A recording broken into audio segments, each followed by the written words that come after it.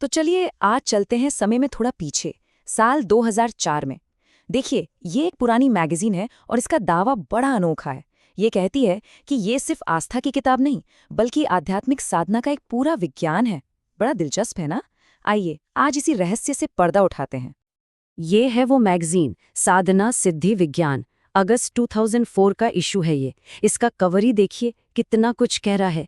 एक शक्तिशाली देवी की तस्वीर है और चारों तरफ ये रहस्यमयी प्रतीक बने हुए हैं। मतलब ये हमें उस दौर में वापस ले जाता है जब ज्ञान असल में कागज पर छपता था। और जैसे ही इसके पन्ने पलटते हैं तो सिर्फ शब्द नहीं मिलते, अंदर तो रेखा चित्रों यानी डायग्राम्स और मंत्रों की एक पूरी की पूरी दुनिया बसी हुई है। पहली नज़र में तो ऐसा लगता है जैसे कोई पुराना प्राचीन ग्रंथ हाथ लग गया हो, पर असल में ये एक मंथली मैगजीन है। तो यहीं पर सबसे बड़ा सवाल खड़ा होता है, जब ये मैगजीन खुद को विज्ञान कहती है तो इसका असली मतलब क्या है, और इन पन्नों के अंदर आखिर कौन से राज छिपे हैं? बस आज यही सब पता लगाना है। तो ठीक है, शुरू करते हैं। सबसे पहले सेक्शन 1 में जरा इस मैगजीन को थोड़ा और करीब से देखते हैं कि आखिर ये है क्या और इसका मकसद क्या था। एक नज़र इसके कंटेंट पेज यानी विषय सूची पर डालते हैं। देखिए, ये कोई रैंडम आर्टिकल्स का कलेक्शन नहीं है, सब कुछ बड़े सलीके से जमाया गया है। विचार प्रवाह, गुरुवाणी, मंत्र सिद्धि प्रयोग, हर सेक्शन अपनी जगह पर है। एक तरह से ये किसी एनसाइक्लोपीडिया की तरह स्ट्रक्चर्ड है। और फिर आता है एडिटोरियल, जिसका टाइटल है 2 शब्द। यहाँ इस मैगजीन का मिशन बिल्कुल साफ हो जाता है। इसका मकसद था लोगों तक सही और प्रामाणिक आध्यात्मिक ज्ञान पहुंचाना, ताकि वो आप कह सकते हैं कि ढोंगी गुरुओं या स्वार्थी ज्ञानियों के चक्कर में ना पड़ें। मतलब ये ज्ञान को सबके लिए आसान और सुरक्षित बनाने की कोशिश थी। तो ठीक है, हमें मैगजीन का मकसद तो समझ आ गया। अब आते हैं इसके सबसे दिलचस्प दावे पर कि ये एक विज्ञान है। चलिए अब इस बात की गहराई में उतरते हैं कि आखिर ये विज्ञान है तो कैसे। देखिए, इस पूरी मैगजीन की नींव जो है वो साधना शब्द पर टिकी है। साधना का सीधा सा मतलब है एक डिसिप्लिन प्रैक्टिस। पर यहाँ सबसे मजेदार बात क्या है पता है? ये मैगजीन साधना को कोई अंधी भक्ति या सिर्फ विश्वास की चीज नहीं मानती। नहीं, ये इसे एक सिस्टमैटिक प्रोसेस की तरह देखती है। एक ऐसा प्रोसेस जिसके अपने नियम हैं, अपने स्टेप्स हैं और एक तय नतीजा भी है, बिल्कुल किसी साइंटिफिक एक्सपेरिमेंट की तरह। और हाँ, ये कोई छोटा मोटा शौकिया काम नहीं था। ये एक प्रॉपर पब्लिकेशन थी। बाकायदा इसके एडिटर थे, एसोसिएट एडिटर थे, जोधपुर से छपती थी और गवर्नमेंट ऑफ इंडिया से रजिस्टर्ड थी। और कीमत 25 रुपए।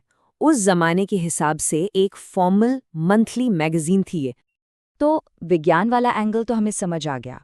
अब जरा इसकी प्रैक्टिस में उतरते हैं। इस मैगजीन के दिल में आप कह सकते हैं पूजा का एक पूरा ब्रह्मांड बसा हुआ है।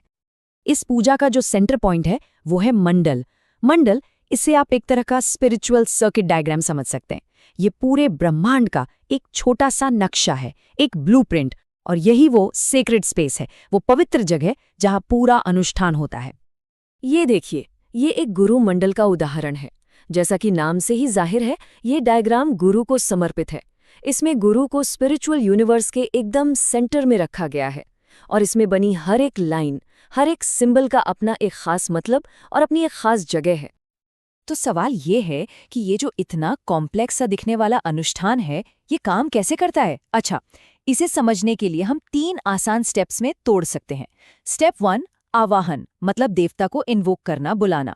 स्टेप 2, पूजा, यानी उन्हें अपनी श्रद्धा, अपने ऑफरिंग्स देना। और स्टेप 3, मंत्र, यानी खास मंत्रों को बोलकर उस स्पिरिचुअल एनर्जी को एक्टिवेट करना। और यहाँ ये बात भी साफ हो जाती है कि ये पूजा कितनी डिटेल्ड और व्यापक है। मतलब ये सिर्फ किसी एक देवी या देवता के लिए नहीं है। मैगजीन के अंदर शिव मंडल, विष्णु मंडल और न जाने कितने ही देवी देवताओं के लिए पूरी पूरी प्रक्रिया समझाई गई है। ये एक कंप्लीट गाइड की तरह है। तो ठीक है, प्रक्रिया तो बहुत जटिल है, लेकिन सबसे जरूरी सवाल कि इस सब का आखिर मकसद क्या है, अंतिम लक्ष्य क्या है? और यहीं पर प्रैक्टिस और पर्पस का कनेक्शन एकदम साफ हो जाता है। साधना जो है वो है रास्ता, वो अनुशासित अभ्यास, और मंजिल है सिद्धि। सिद्धि मतलब आध्यात्मिक परफेक्शन या उस गोल को हासिल कर लेना जिसके लिए ये सब किया जा रहा है। तो अगर साधना कैसे का जवाब है, तो सिद्धि क्यों का? अब ये वाला हिस्सा मुझे बड़ा दिलचस्प लगा। शिव संकल्प सेक्शन में एक तरह का एथिकल कोड दिया गया है। ये साफ साफ कहता है कि ये ज्ञान सबके लिए है, इसके लिए कोई पैसा नहीं लिया दिया जाएगा, और ये किसी खास परिवार या परंपरा की जागीर नहीं है। बस एक ही शर्त है, करने वाले में श्रद्धा और मन की पवित्रता होनी चाहिए।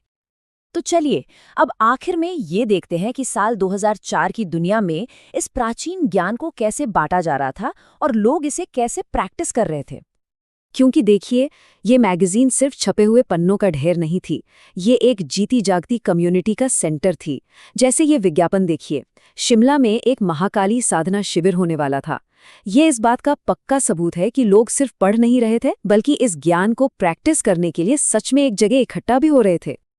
तो कुल मिलाकर बात यह है कि ये मैगजीन सिर्फ ज्ञान नहीं बांट रही थी, ये एक पुल बना रही थी। एक तरफ था प्राचीन गूढ़ ज्ञान और दूसरी तरफ थे आम लोग। ये मैगजीन मास मीडिया के जरिए उस ज्ञान को लोगों तक पहुंचा रही थी और उन्हें एक कम्युनिटी में जोड़ भी रही थी। और ये बात आज हमें सोचने पर मजबूर करती है। आज के डिजिटल युग में, जहां हर जानकारी बस एक क्लिक दूर है, क्या ज्ञान को इस तरह से एक स्ट्रक्चर्ड तरीके से कागज पर बांटने वाले इन पुराने तरीकों की कोई जगह है? क्या हम आज भी इनसे कुछ सीख सकते हैं? ये एक सवाल है जिस पर सोचना तो बनता है।